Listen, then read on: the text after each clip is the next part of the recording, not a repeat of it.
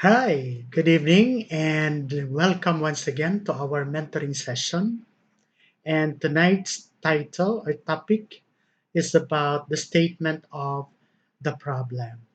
Now, as we write our manuscript, no, as we continue writing with our manuscript, there are important uh, considerations, no, for us, no, for you to effectively write your statement of the problem.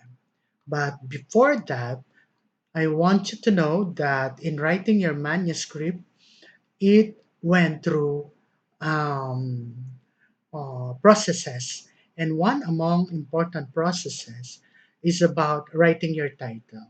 And we had already discussion on that now in our mentoring session in the past. No? And I have indicated in here now the link. If you are not yet having that session, here is the link, and I will also be indicating the link, just under this video. Now, for tonight, uh, we have here our topic for tonight, a statement of the problem.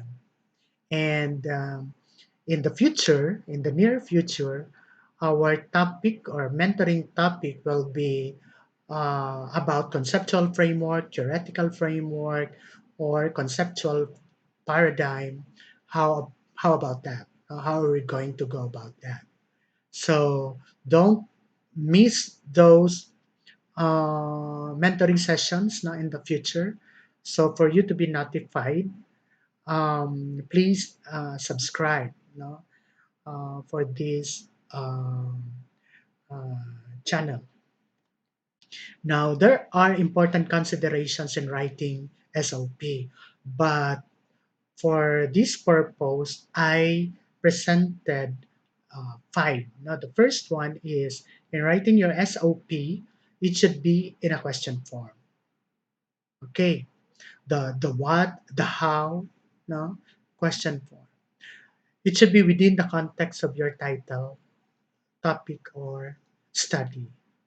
Okay, so that's why it is very important that beforehand you must already have your title, no? Because this is also where you should consider the boundary, your limitations also of saying or stating your statement of the problem. No more, no less. Number three, data needed to answer the question raised shall be available and can be generated when needed. So remember, research is about data generation. Research is about data processing and all. So you must consider that. Now, the fourth question is the question shall be intelligent enough or significant enough to cover the study title. Okay, so of course, now with our desire to ask questions as many as we can, of course, we are limited not to a particular extent wherein our title is being crafted, for that purpose. So that is what this particular item is telling us. Number five, in writing your SOP, you should eliminate the redundant questions. Eliminate redundancy. Okay, next. Now let's take this title. Employees training and work performance of non-teaching employees of XYZ University basis for proposed training manual. So this study is basically uh, the relationship between employees training and work performance. Okay, and after this study, the researcher will be able to propose something. uh, and in this case, this will be a basis for proposed training manual. Now, this title actually is the one exemplified um, during the previous mentoring session. We have the link here. No? It was about how to write uh, a good thesis title. Now, taking consideration on the example, this is title example, employees training in relation to work performance of non-teaching employees of XYZ University, basis for proposed training manual. Now we have here questions. No? Any questions that come to your mind. As I told you later on, these questions will be subjected to elimination process. Okay, so let's take the first question. What are the training programs of XYZ University for the non-teaching employees? Think about that. Is it within the parameter of our title above? Yes, the title talks about the training uh, for employees, so the training programs of XYZ University. Okay? Number two, let's take a look at this. How non-teaching employees of XYZ University assess the training programs in terms of 2.1 training relevance to work, 2.2 training comprehensiveness, 2.3 responsiveness to the needs. Okay, so between the two raised questions here, questions number one and two, question number one is colored blue. Why? Because it indicates redundancy. It indicates redundancy. Um, question number two can already alone can already answer question number one. Now, between the two questions, the first one is not so detailed, while the question number two is more detailed as to variables.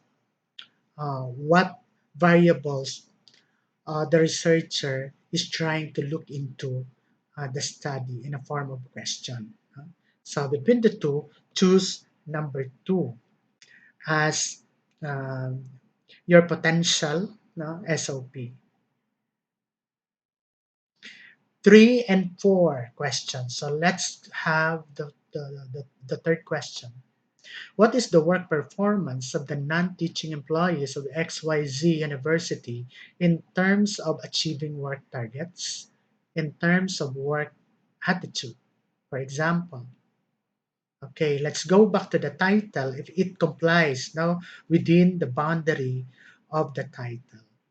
Okay, the question or question number three seems to be compliant, with the title because the title talks also about the work performance. Now let's take a look on question or SOP number four. How the non-teaching employees self-assess their work performance. Actually, it is colored blue because there is an option or options here, okay, for the researcher. Um, if your study requires uh, data now from the respondents about their self-assessment, about their own assessment on their work performance, whether they are performing well or not, then you can consider question number four if your study so requires it. But take note, self-assessment sometimes leads to um, you know um, errors, as I should say. Why errors? Because if I am a person, if I am an employee, um, would I have the tendency to say, my real assessment, or I will just have to sugarcoat my answer, or tell a lie just to please uh, other people. So you must also consider that aspect. Okay, so yeah, it's about work performance, but in essence, 4 and 3 belongs to the same um, data. No? It's about work performance.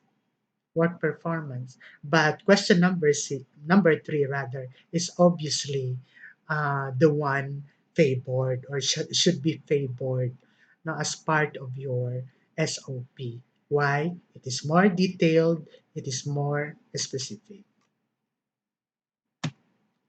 Questions number 5 and 6. Let's take a look on question number 5.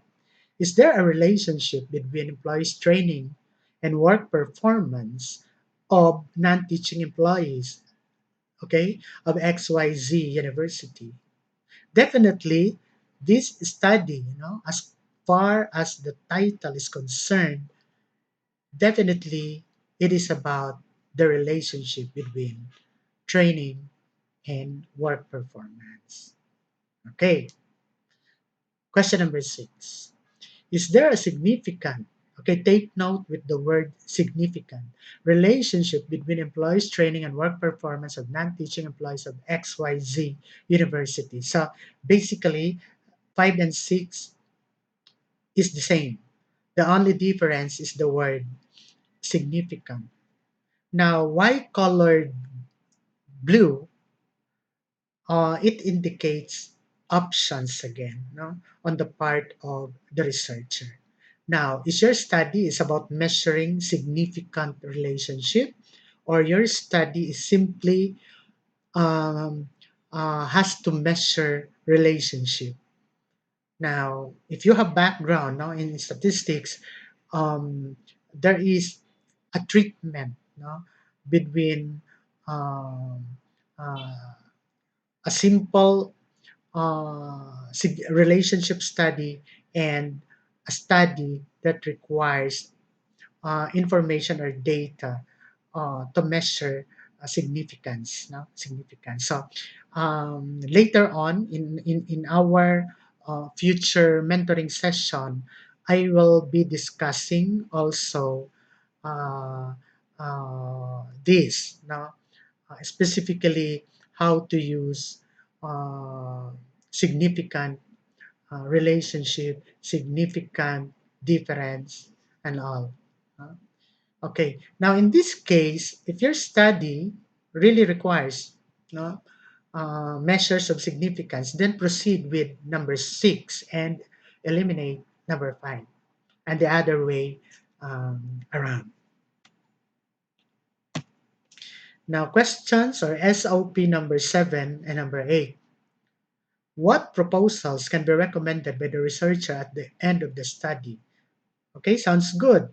Obviously, your study is basis for proposed training manual. That is the output, no, of your study. Hmm. So let's have here question number 8. What is the demographic profile of the non-teaching employees of XYZ University in terms of age, sex, education, training, and others? Now, it is being colored blue because, again, it is about your decision. Now, is your study requiring data about the profile of your respondents, like age, sex, education?